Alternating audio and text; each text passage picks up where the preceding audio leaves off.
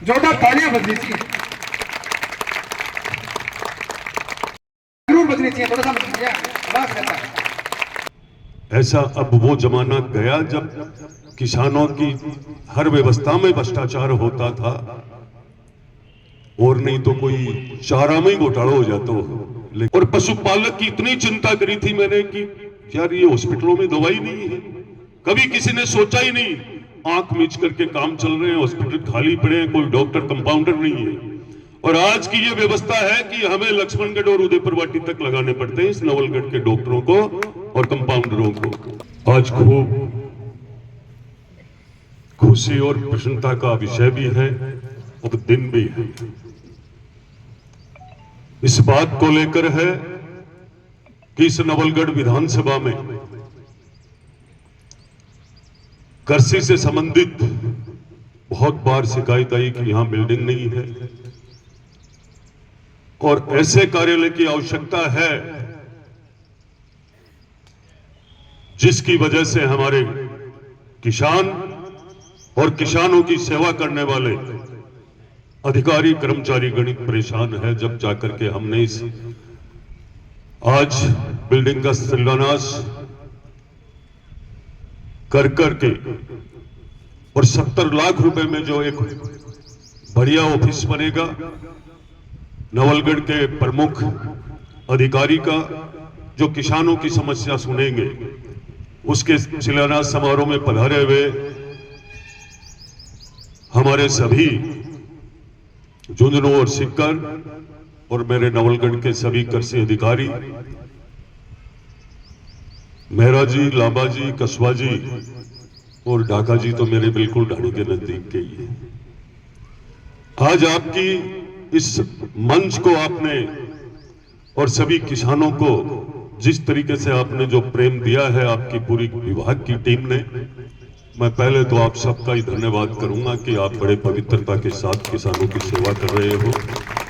और साथ में मैं इस मंच पे विराजमान मेरे नवलगढ़ के मंडल अध्यक्ष जी गौतम जी खंडेलवाल और बुकनगढ़ के मंडल अध्यक्ष के पिताजी विराजमान है, बब्बू जी, पूर्व मंडल अध्यक्ष मनीष जी, और हमारे भारतीय जनता पार्टी के मार्गदर्शक आदरणीय महेश जी चौधरी साहब, रामनिवास जी डूडी, दिघाल पंचायत समिति सदस्य और सरपंच राजेंद्र जी सैनी, नेकीराम जी गुरु जी, अमर जी जीएसएस अध्यक्ष अमरचंद जी,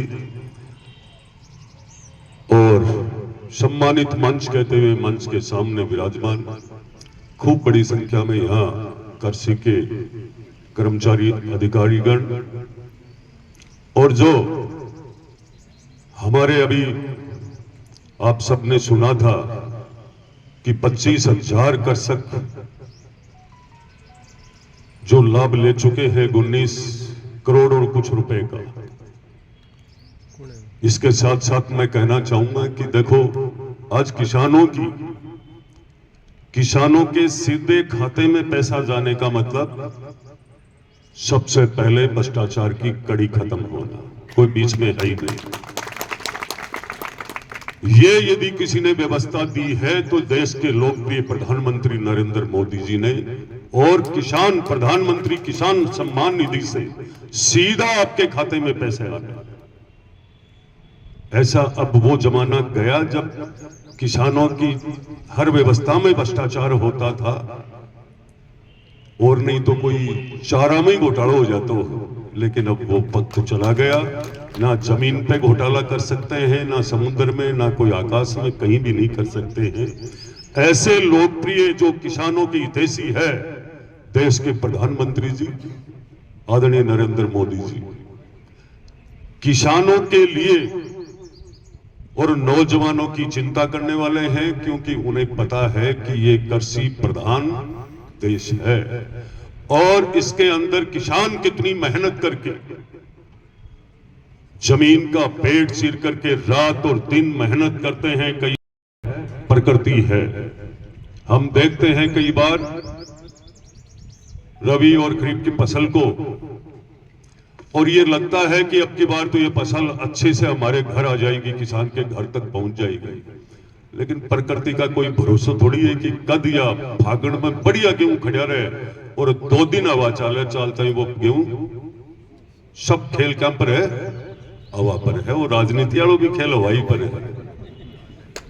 मैं ये कहना चाहूंगा कि आज ये सरकार जो चिंता कर रही है, मतलब 1-2% में लेकर के किसानों की फसल का बीमा करवा रही है, सिर्फ वो तो एक बहाना है।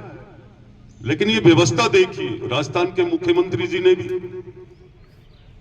किसानों के किसान सम्मान निधि में पैसे बढ़ा करके जो वादा किया था उन्होंने चुनाव में घोषणा पत्र में, वो पूरा कर दिया है। और किसानों की जो व्यवस्था आज हम सब, हमारे राजस्थान की सरकार बनते ही आपने देखा होगा, हमारे कृषि मंत्री जी ने जहां किसानों के लिए बीज, दवाई, खाद इन सब में मिलावट करते थे, उन फैक्ट्रियों पे कार्रवाई करके और जांच बिठा रखी। मैं भी यही कहना चाहूंगा, मेरे जितने भी अधिकारी कर्मचारीगण है, हमें किसान की मन से, खूब मन से सेवा करनी चाहिए। उनकी हर एक योजना को किसानों को जागरूक करके और इन सभी केंद्र की और राजस्थान के हर योजना का लाभ किसान तक पहुंचना चाहिए और आपको बिना भेदभाव के ये काम करना चाहिए। किसान मजबूत है, सुदृढ़ है, तो निश्चित रूप से देश भी मजबूत होगा। और जिस देश का किसान मजबूत नहीं है, वो देश भी मजबूत नहीं है। हमें पता है इस बात का कि आज 25,000 लोग, 25,000 किसान नवलगढ़ के इन किसानों की जितनी भी योजना है उनका लाभ इस कृषि विभाग के माध्यम से दे रहे हैं। मैं समझता हूं कि ये नई बिल्डिंग, नया ऑफिस बनने के बाद किसानों को और भी सुविधा अधिक मिलेगी और इसका आने वाले समय में आप लोगों को खूब ज्यादा लाभ मिले। इसी के साथ ही मैंने एडवांस में व्यवस्था करी है गोठड़ा पंचायत समिति में कि सभी जगह कोई किसान अपने किसी भी काम को छोड़ करके, जब किसानी को छोड़ करके निकलता है और उसे अपनी योजना का लाभ लेने के लिए दर दर भटकना पड़ता है, ये कभी नहीं होगा। आने वाले समय में किसानों की मजबूती के लिए आपका विधायक आपके साथ कंधे से कंधे लगा करके खड़ा रहेगा। हो सकता है लोग कुछ भी कहे, पर हम किसान और पशुपालक का जितना हमारी सरकार, और मैं स्वयं कह रहा हूं, मैं ध्यान रखता हूं चला करके। आप पशुओं के विभाग को देखिए, बिल्कुल पैक है, कोई जगह ही नहीं है कर्मचारी या डॉक्टर की। सही कह रहा हूं ना? वो आप ही के लिए व्यवस्था करी थी, इसलिए करी थी कि जब मैं विधायक बना तो मैं किसान की और पशुपालक की इतनी चिंता करी थी मैंने कि यार ये हॉस्पिटलों में दवाई नहीं है। कभी किसी ने सोचा ही नहीं, आंख मीच करके काम चल रहे हैं, हॉस्पिटल खाली पड़े हैं, कोई डॉक्टर कंपाउंडर नहीं है। और आज की ये व्यवस्था है कि हमें लक्ष्मणगढ़ और उदयपुरवाटी तक लगाने पड़ते हैं इस नवलगढ़ के डॉक्टरों को और कंपाउंडरों को। हमारे से जितना बनता है, बिना भेदभाव हम सबका काम करते हैं। ये मोदी जी का वो नारा, सबका साथ, सबका विकास, सबका विश्वास लेकर के हम जिस संकल्प के साथ चले हैं वो हम पूरा करेंगे। मैं आप सबका पुनः धन्यवाद करूंगा कि आपने इतना शानदार कार्यक्रम करवाया और किसान के हित वाली बात को मैं सभी कृषि के अधिकारीगण विराजमान है और सारे कर्मचारी भी विराजमान है। मैं आप सबको कहना चाहूंगा कि किसानों को बिना भेदभाव किसान के हित वाली बात के लिए जागरूक करके और किसानों को ज्यादा से ज्यादा लाभ मिले। आप लोगों ने खूब शानदार कार्यक्रम कराया, आप लोग खूब संख्या में पधारे। मैं मोदियों से महंगे किसान भाइयों का बहुत बहुत धन्यवाद, आभार करता हूं कि आप अपने कीमती समय निकाल करके और ये कार्यक्रम में, आप शानदार कार्यक्रम में आप पहुंचे हो। और मैं पूरे मंच का भी आभार जताऊंगा कि आपने आकर के शोभा बढ़ाई। और सभी अधिकारी जो झुंझुनू सीकर से पधारे हैं, मैं आपको भी कहना चाहूंगा कि नवलगढ़ के किसानों पर आप पूरा प्रेम रखना इनके साथ। बहुत बहुत धन्यवाद। जय जवान, जय किसान, जय हिंदुस्तान।